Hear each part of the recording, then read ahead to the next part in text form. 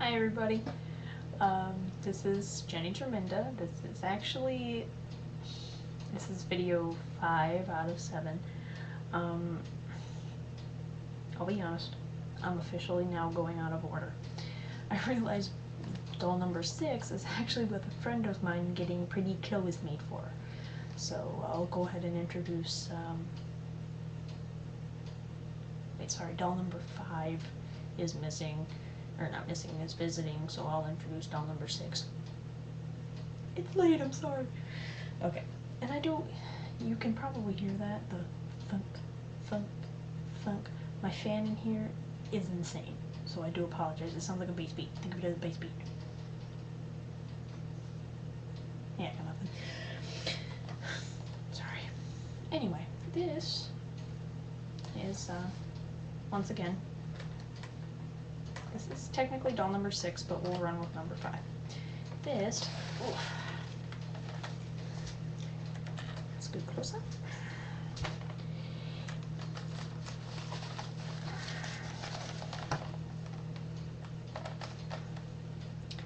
Is the beautiful Miss Aprielle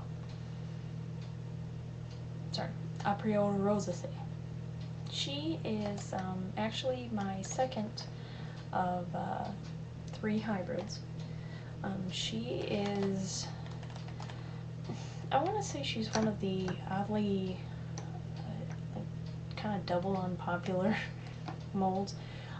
She's a Buddydoll April head on a Customhouse old style girl body.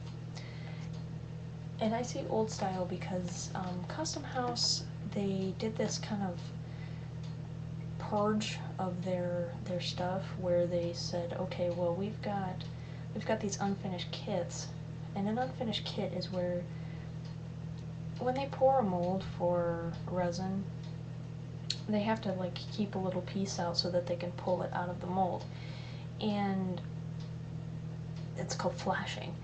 And what they meant by kits is that pieces of the flashing were still on this kit. Like when I got her, I had to go and I had to sand the weird little pieces of flashing off the edges of where the mold was released.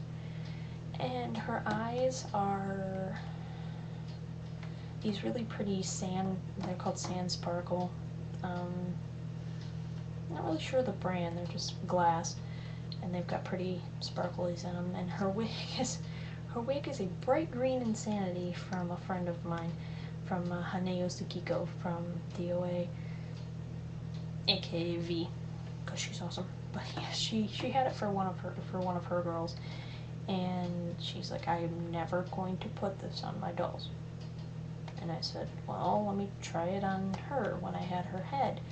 And I tried it on her head, and I was like, that looks a lot better than it probably should have. So she let me have it. She doesn't have her wings on, but she's a fae. She's a fairy. Well, she's technically what would be considered another fan character, because for those who have seen it, she's a what I'm gonna call her, and what, as far as I'm concerned, what she is, she's a fairy slash minimoy, or a invisible. In America it was released as Arthur and the Invisibles, and the movie, I mean, and in the UK it's Arthur and the Minimoys. I still haven't read the books, please do not kill me, to those that know what it is. I just went by the movie, I'm sorry. But anyway, she's creaky, and the reason that she's creaky is she's strung wicked tight, and the reason I keep her strung wicked tight is because she's floppy. She's floppier than a rat if she's not strung real tight. And I also need to do what's called sueding, and which is where you put most people use hot glue. That's what I will be using, low temp hot glue, in between the joints you can hold movement, but it also helps a little bit with sliding, like helps with posing. and this poor darling can't pose very well because she's a champion sitter. But no, she's a darling.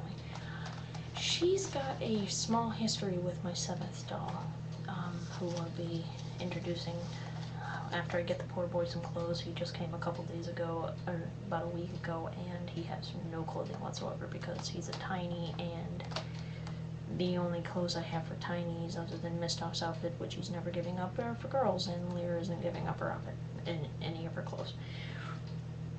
Well, Aprielle, or April, I shortened it down. I liked the mold name so much that I just kind of kept it, but I added it onto it. But she goes by April.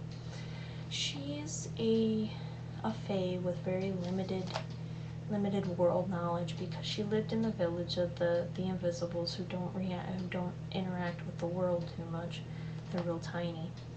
Well, the main villain in the movie is a character named the Evil M, and she got caught in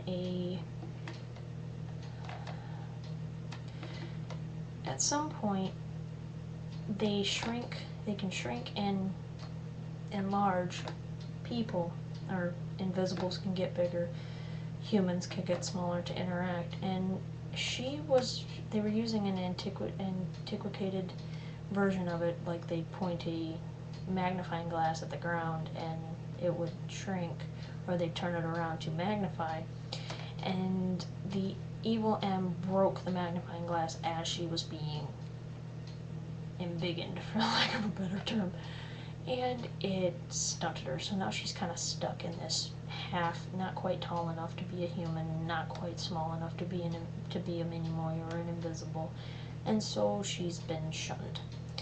And my 7th doll, Sayer, saved her because the Evil M, he didn't care, he wanted to destroy the Invisibles, and she was too big to be one anymore. And he somehow figured out a way, using the pieces of the magnifying glass, to set their forest on fire. And Sayer, which I will introduce later, he's number 7, Sayer saved her because he saw her, she was about to die. And in return for him saving her, her goal was to go find his love. And that's what brought her here. She was sent here to send a message.